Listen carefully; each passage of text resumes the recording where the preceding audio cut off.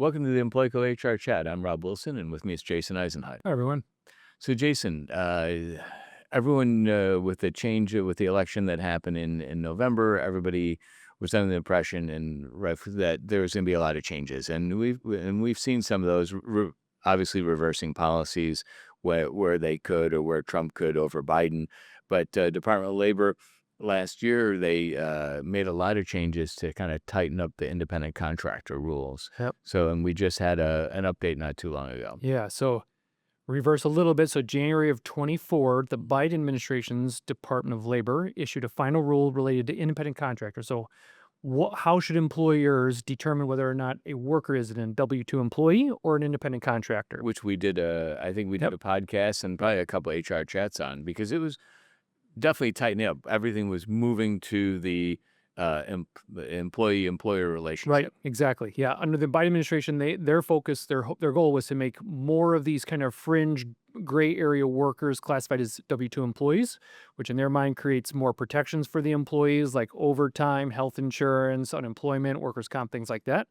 Uh, so that final rule was established in January of 24.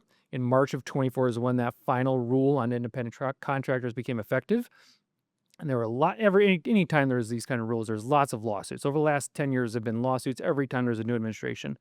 So there were lots of lawsuits against the Biden administration's Department of Labor. And now that Trump became president, the new Department of Labor is like, okay, hold on with all the lawsuits. There's a good chance we're going to rescind that final rule. So in the meantime, while we're working through kind of what we want that independent contractor to look like, we've released a new Field Assistance Bulletin to kind of give you a general framework. There's 7 factors now that they put in terms of how you can identify whether or not a worker should be an independent contractor.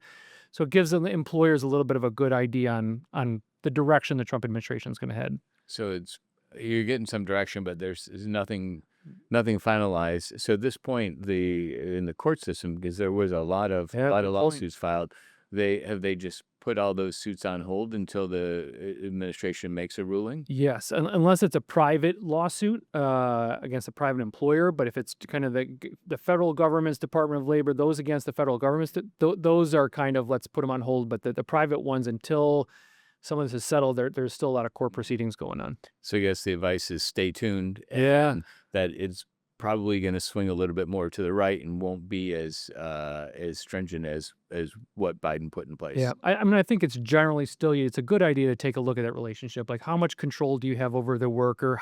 What's the degree of permanency of the role? Is it an integral part of your business? So some of these are still pretty. It stayed pretty much the same between all the administrations. There are some fringe rules that have now changed. And we've had, over the years, we've run into clients or prospects that want to go the independent contractor route because they think they're going to save some money. They're going to save some money on taxes, workers' comp, benefits, whatever. But then we go through and say, all right, so you're telling them where to go, what to do, what to wear, what time to work.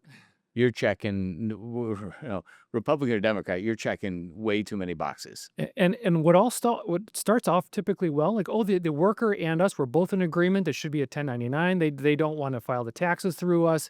But something can turn south. As soon as you end that relationship, that worker can go to the Department of Labor, file a claim, and now, if it really should have been an employee relationship, you've got back wages, lost pay, penalties. Penalties and interest. Yeah.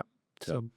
But if you have any questions, feel free to reach out to us. We'll definitely, as the new rulings come out, we'll post them on our website. We'll probably do another chat or so. But feel free to reach out with any questions to us. HR@employco.com goes directly to Jason. So Jason gets those emails. So feel free to reach out at any time. I'm happy to help. Great. Thanks. Thank you.